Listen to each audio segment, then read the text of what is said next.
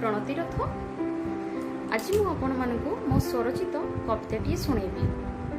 मोर कवितार शीर्षक है किछि कथा एमिति भी थिला। आसंतु ताहेले कविताटी सुनिबा। तुम आ मो प्रेम रे छलना तो दूर कथा, तुम आ मो प्रेम रे छलना तो दूर कथा, तुमर मोर प्रसन्न रखिबानी किछि कथा एमिति भी थिला। तुम आ मो प्रेम रे छलना तो दूर कथा, तुमर आउ मोर प्रश्न भी रखिबानी किछि कथा एमिति भी थिला। तुम बिना ना मते केबे आउ के स्वप्न आछि, ना तुमको मो बिना अन्यर स्वप्न किछि स्वप्न एमिति भी थिला। तुम बिना ना मो केबे बाट चलिछि, ना मो बिना तुमे केबे जीवन पथरे आगको बढ़िछ। तुम बिना ना मो केबे बाट चलिछि, ना मो बिना तुमे केबे जीवन पथरे आगको बढ़िछ। किछि बाट एमिति भी थिला।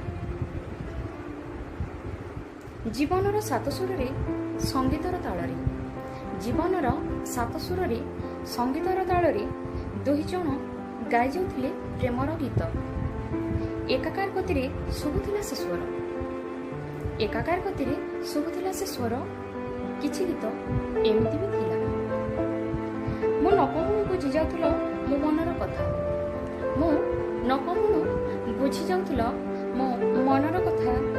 मो भी बुझी जाए तुम हृदयर नीरवता। किछि भावना एमिति भी थिला। आम पसंद ना पसंद दुहे दिन की बेस भल भाव जानी। आम पसंद ना पसंद दुहे की बेस भल भाव जानी, किंतु का इच्छा केबे का उपरे लदी दौ नथिले। किछि पसंद एमिति भी थिला।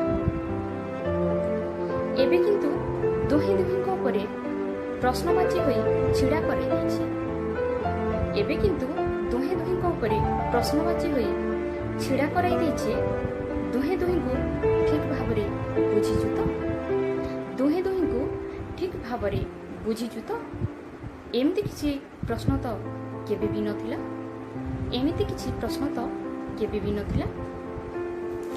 धन्यवाद।